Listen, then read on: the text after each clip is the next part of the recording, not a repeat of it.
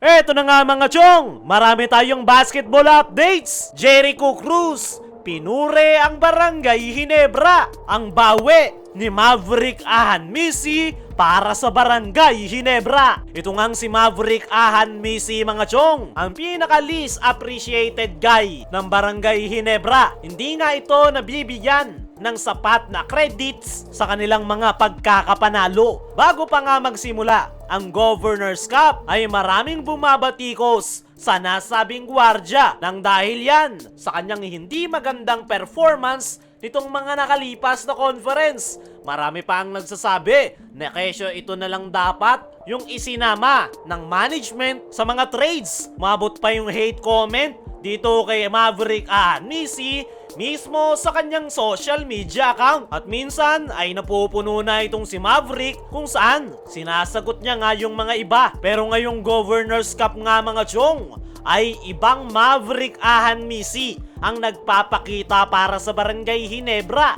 Simula elimination round, quarterfinals at sa kakatapos lang na semifinal series ay consistent yung ipinapakitang performance nitong si Maverick Ahan Misi. Solid nga yung contribution niya sa Barangay Ginebra, lalong-lalo na sa kanyang outside shooting. Maganda nga ang inilalaro nitong si Maverick dahil nalalaro niya na nga ngayon ang kanyang position. Gaya nga ng sinabi nating nitong mga nakaraan pa, isa si Maverick Ahan Misi sa pinaka nag-benefit sa ginawang rebuild ni Coach Tim Cone sa kanyang kupunan.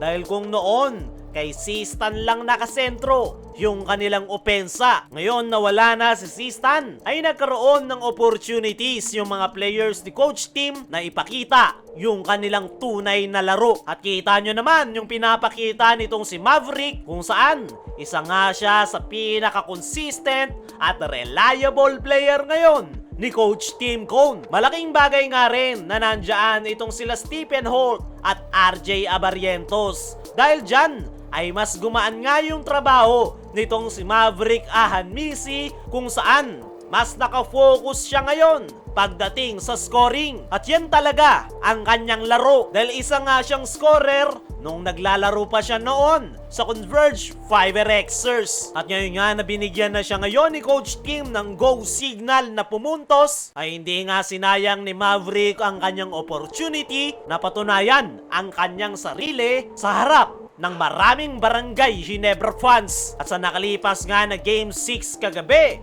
ay siya pa nga ang tinanghal na best player of the game kung saan nakapagtala nga siya dyan ng 26 points at 2 rebounds. At ayon nga sa naging press con interview dito kay Maverick ay sobrang saya niya nga raw na sa wakas ay muli siyang makakapasok ng finals. Matagal-tagal na nga daw nung huli siyang makapasok dyan, kaya naman hindi nga raw may explain ni Maverick ang kanyang nararamdaman. At kaysa nga i-claim nitong si Maverick Ahan Misi yung kanyang naging magandang performance, ay binigyang credits nga nito yung kanyang mga teammates, lalong-lalo na yung naging performance ni Scotty at RJ Abarrientos. Ang dalawang yan nga raw yung nagbigay ng energy sa kanilang kupunan, kaya nila nakuha ang panalo. Pero para sa akin mga chong, ay si Maverick Ahan Misi ang isa sa pinaka nakagawa ng malaking impact sa Barangay Ginebra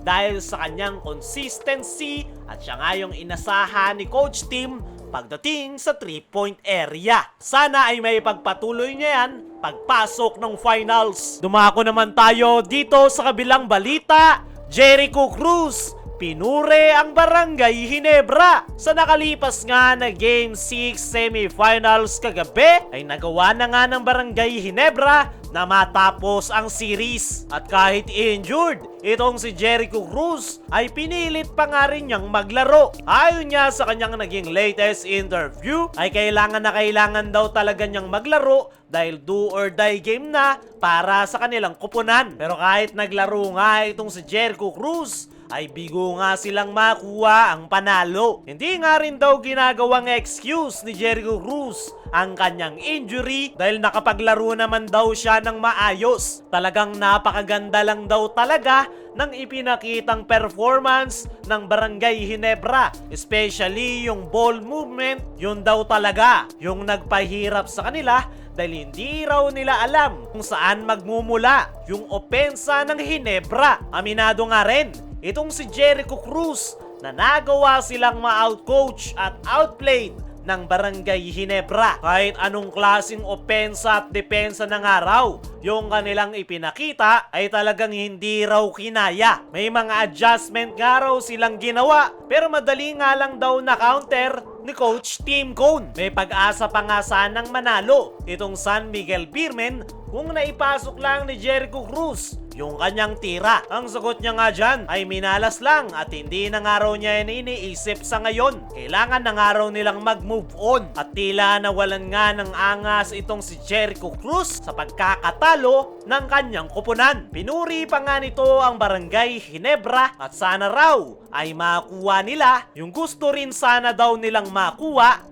na kampyonato. Para sa akin mga chong, ay tama naman yung mga sinabi nitong si Jericho Cruz. Nagawa nga silang ma-outplayed ng Barangay Ginebra dahil sa ganda ng triangle offense. Nagawa rin silang ma-outcoach dahil sa husay ng game plan ni Coach Tim Cone. Kaya naman, tapos na ang semi-final series at Ginebra ang mag-advance sa PBA Finals. Kaya mga chong, ano ang masasabi nyo dito kay Jericho Cruz? Ano rin yung masasabi nyo ngayong bumabawi na si Maverick Ahan Misi sa Ginebra? I-comment mo lang dyan sa ibaba.